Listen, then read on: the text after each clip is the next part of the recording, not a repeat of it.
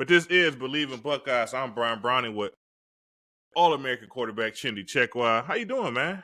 What's going on?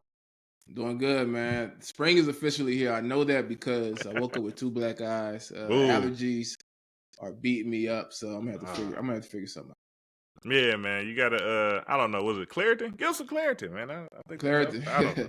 Claritin is not doing it. I got the Flonase. I'm snorting allergy medicine at this point. So we'll see. Yeah, man. Good luck with that. Good luck with that. I just thank God do not have those issues. But yeah, it's off season here around Buckeye. So we're I don't know. We're just coming up with content. We're ranking things. Last week, if you caught our show, we discussed the teams and tiers. Who's tier 1 through tier 4. And this week we want to discuss defense, man. Defense. It's the saying is, Chim, right? Defense wins championships. Defense wins championships. That's right. I don't know how accurate that is, but there's some truth to it. There's some truth to it, right? There's some truth to it. Yeah, so we want to kind of take a look at maybe the top 5. We're not going to go through all those teams because we know some teams that's kind of lacking on defense in the Big Ten, but we want to kind of look at the big dogs with the teams that we feel are the best at playing defense in the conference was. We decided to come up with a top 5 list. Our list wasn't the same, man. What's going on, man? You're not seeing things the way I see them, and I don't like that, but we're gonna discuss it. I guess you want to say your bad list first. Who you got at number 5? What you got? Let's start number 5. My number 5 team in the Big Ten in terms of defense, and this is a team that I always talk about in terms of their inability to get over the hump, take the next step. My number 5 team is Penn State. Penn State. I got Penn State as number 5 on the defense. Penn State, who had a really good defense last year, really good defense. I don't know, for you all who watched the draft, they had 2 top high-level defensive pass rushers who got drafted. Those guys were disruptive. Penn State typically has a pretty good defense. That is a good reason why they always have a solid team. They did lose their defensive coordinator. He took a head coaching job. I don't remember exactly where. Yeah. Maybe Duke or I'm not sure where. I forgot. Yeah.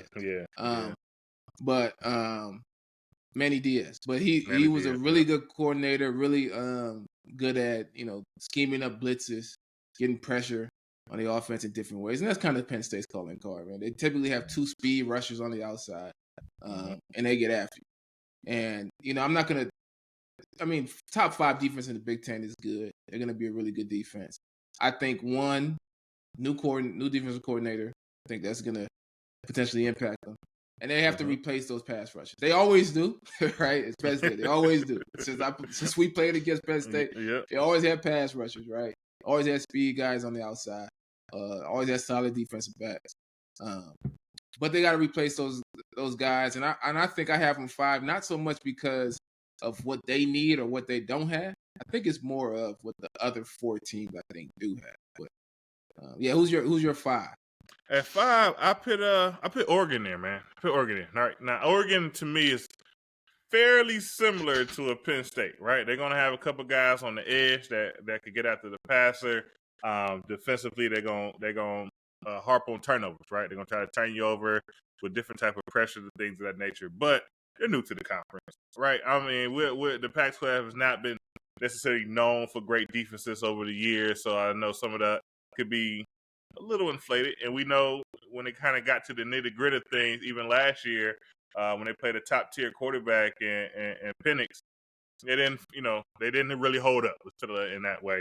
So I'll say Oregon at 5, and really just because they're new to the conference, and I don't trust team. Like, it's just a Pac-12 bias. Pac-12. Hey, that bias is going to be there, right? Until the season starts and we actually play some football, there's going to be some Pac-12 bias coming from me, especially when you're talking about ranking teams, how they look to other teams in the conference. The conference is weird because the conference bias is real. What's funny to me is teams like Missouri or teams in the SEC that weren't SEC teams not too long ago, right? And when they have good years, they're like another SEC team, and it's like, they're SEC, but they could easily be a Big 12 team, right? So three years down the line, Oregon isn't going to be that Pac-12 bias is going to be gone. Oregon's going to be, or you think they start to play, or people start to view them as this Big Ten team. So you got Oregon. Oregon 5. Yeah. So Oregon, obviously, I believe they had a strong off season on their defense, right? I think what did you have Oregon at listed out on your list? So I got Oregon. So this is my number 4. I got Oregon at number 4. And I think those two are kind of interchangeable. I also do think they are similar in terms of their approach to defense. So you always know they're going to have some speed rushes. They're going to hit you with different blitzes. Oregon, I guess I put Oregon over Penn State because you see, while Penn State lost a couple defensive ends, and they likely have guys to replace those guys. They lost 2 in the same year, right? Oregon, a lot of the players that they lost or the holes that they had, they filled through the transfer portal. So Oregon, to me, maybe I don't know how they do the transfer portal rankings, or maybe Colorado is number 1. I'm not sure who's number 1 in terms of transfer portal ranking. But to me, the true number 1 team for the transfer portal is Oregon this year. Because to me, when it comes to transfer portal, it's about filling the holes that you have on your team and filling them with high-level players. I think Oregon has done that better than maybe every other school outside of maybe Ohio State. And they got a really good corner from Washington, who honestly I thought, when he entered the transfer portal, he was going to follow his coach down to Alabama, but he ended up going to Oregon. They got a couple of defensive linemen. Just recently, they got the guy from Michigan State, who's a good player. They got a guy from Houston, I think, early on in the transfer portal, who's pretty good. And they got some other pieces. They got a cornerback out of Utah State, I believe. They got a cornerback. They got a safety, I believe, out of Alabama.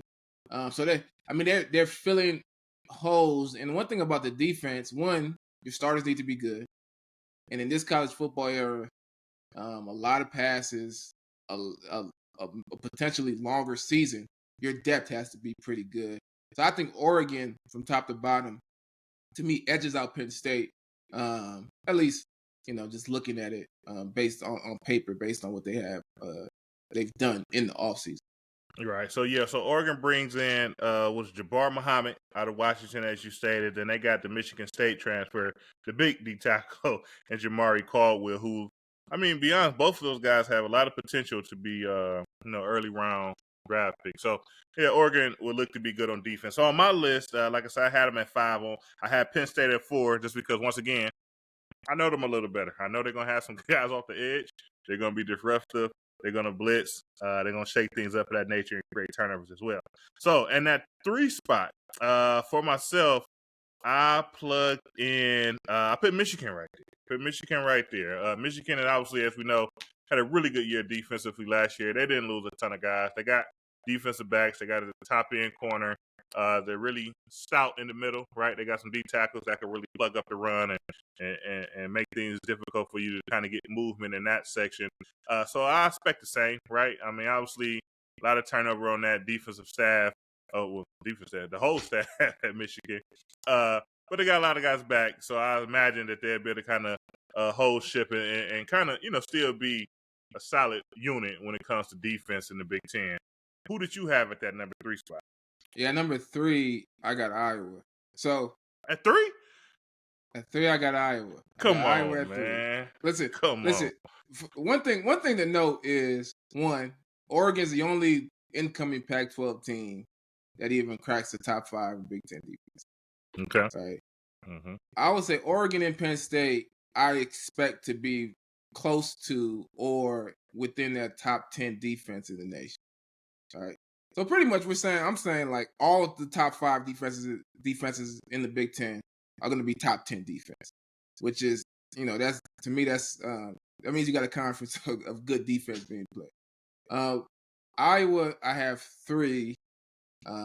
We know how good Iowa defenses have been. How really good. Yeah. They've been really good. It's literally Iowa is only showing up to play defense.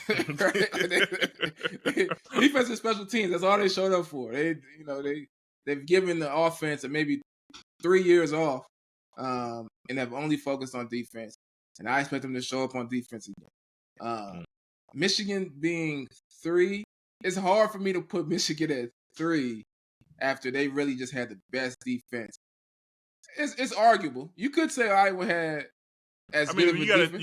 You gotta take in the fact that half the year they probably had, a special section there for knowing what the offense was going to do. You got to count that, but whatever. All right, go ahead. I'll give you that. So Michigan, they had their manifesto of what the offenses are going to do. I don't know that they can't recreate that. You know what I'm saying? With the helmets, I don't know if they might be able to tap a line or something and get the play calls as they come in. I can't underestimate Michigan. Whatever they do, whatever they have done, it's worked.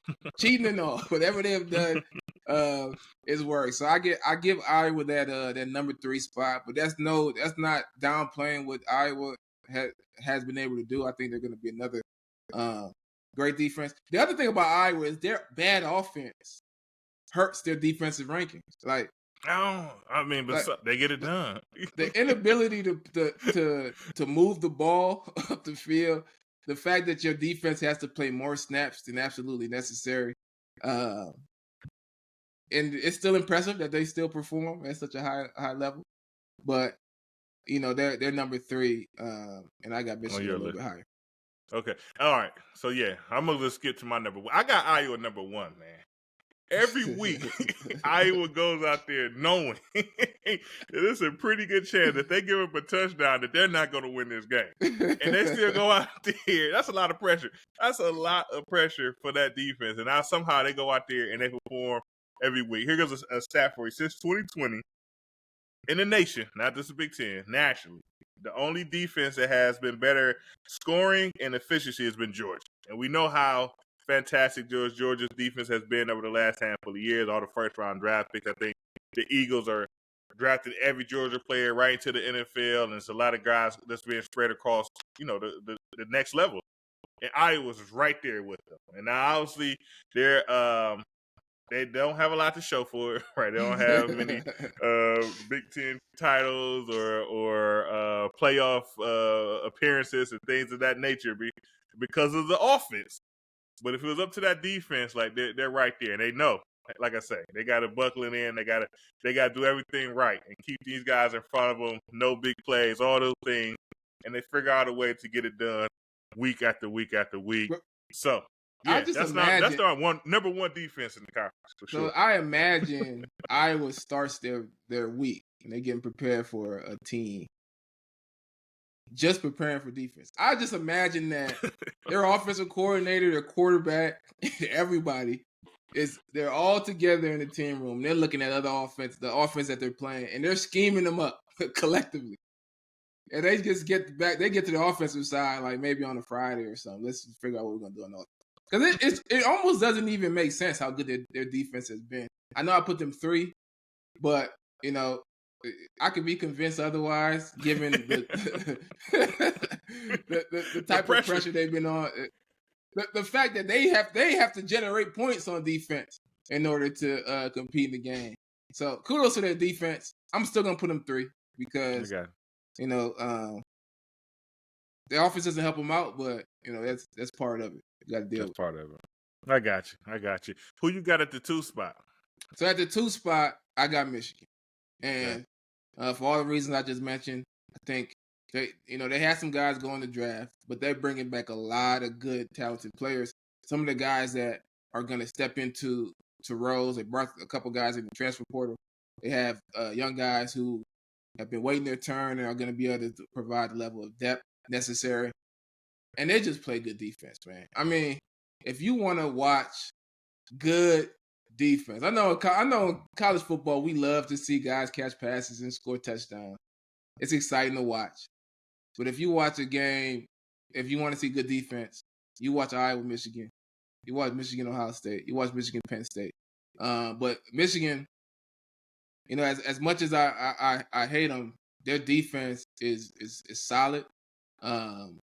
They play defense really connected. They don't make a lot of mistakes. And they have to lean on their defense. I mean, we talked about Iowa not showing up on offense. I don't anticipate Michigan being that inept on offense. But I do anticipate that their approach to winning, no different than the last couple years, is that they lean on the defense and they'll lean on the run game. And if you want to play tough football and run the ball, then that means you got to put high emphasis on punt. You got to put high emphasis on defense and being physical on the defensive side of the ball. And, I mean, you saw it in the if you watch some of the spring game, they're going live, they're tackling, they're hitting. They're going to be tough on defense. I expect them to be a top 5 defense again this upcoming season. I got you. And in the 2 spot, obviously, your number 1 is Ohio State. I have Ohio State at number 2. This due to Iowa, the pressure that they got performing. But we know Ohio State, right? This defense has brought in Caleb Downs. We have a ton of guys returning. Lathan Ransom, Brown, D tackles, the whole defensive line essentially. I think we were replacing linebackers, right? And we got Cody Simon stepping in with a ton of experience. And then we have C.J. Hicks and Sonny Styles rotating in at linebacker as well. Obviously, Styles, a ton of experience, had a whole season under his belt, and C.J. Hicks just being the great talent that he is. So we know our defense will be great. I think, I guess at this point, what would you like to see more out of our defense? Because we know we got the guys, right? We know we got the personnel. Going into this next year, what would you like to see a little bit different from our defense?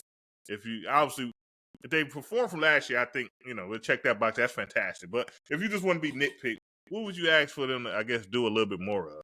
Yeah, I think taking a little bit of a page out of what we talked about, Oregon, Penn State, even Iowa, just getting more pressure on the quarterback. I think creating some of those turnovers, we saw more turnovers this past season, but creating some of that disruption, and hitting the quarterback more.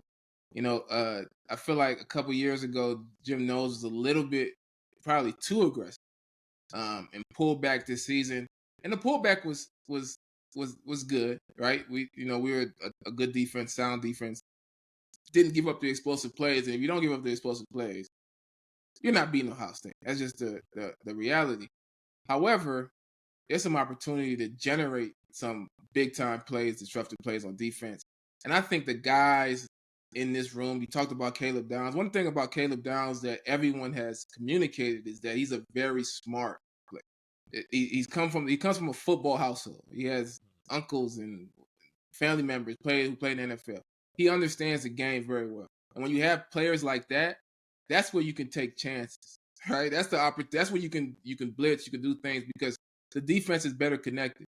And I think not just Caleb, I just think we have a veteran defense, guys who understand what they're doing, guys like Jordan Hancock, who's a guy who could get everybody lined up. I know we got some young linebackers, but across that defense and really across the team, we got good leadership. I think it's time for them to be able to put a little bit more pressure out there, run a little bit more blitzes. And that's what I'm hoping for because we got guys who can cover. And we got some young linebackers who could be disruptive. So that's what I'm excited for. And that's why I got Ohio State number 1 because, 1, I'm biased, right? 2, I see the potential with that combination of 1, the ability, the guys who are not just talented, but now they've been together, they played together for long enough. And similar to what Michigan was able to do last year, I think that cohesiveness and that maturity is going to add another level to this defense. And, man, I'm excited to watch these guys play, man. This is, for me, I like watching college football, but I love it when the defense can make plays. And I think this defense is built to be disruptive this next year. So I'm excited about this. So that's Ohio State. And I want the record to show that you had Iowa as your number 1 defense going into 2024. Yeah, Iowa as your number 1 defense, and I chose Ohio State. Now I'm gonna admit that I'm a little bit, I went with bias a little bit. However, when we run the tape back, I want the record to show. When we run the tape back, we're gonna talk about all the flattering things you just said about Michigan. That's what we're gonna be focusing on. But but obviously, I would say regarding improvement, like you. Like we got a great opportunity to pick it up turnover wise, and also would just like to say the blitz is good, blitz is fine, but let's get our DNs and our D linemen back on the edge on those known passing situations. I know last year you could tell it was an emphasis beat the offensive lineman, and then we'll make a play off of that.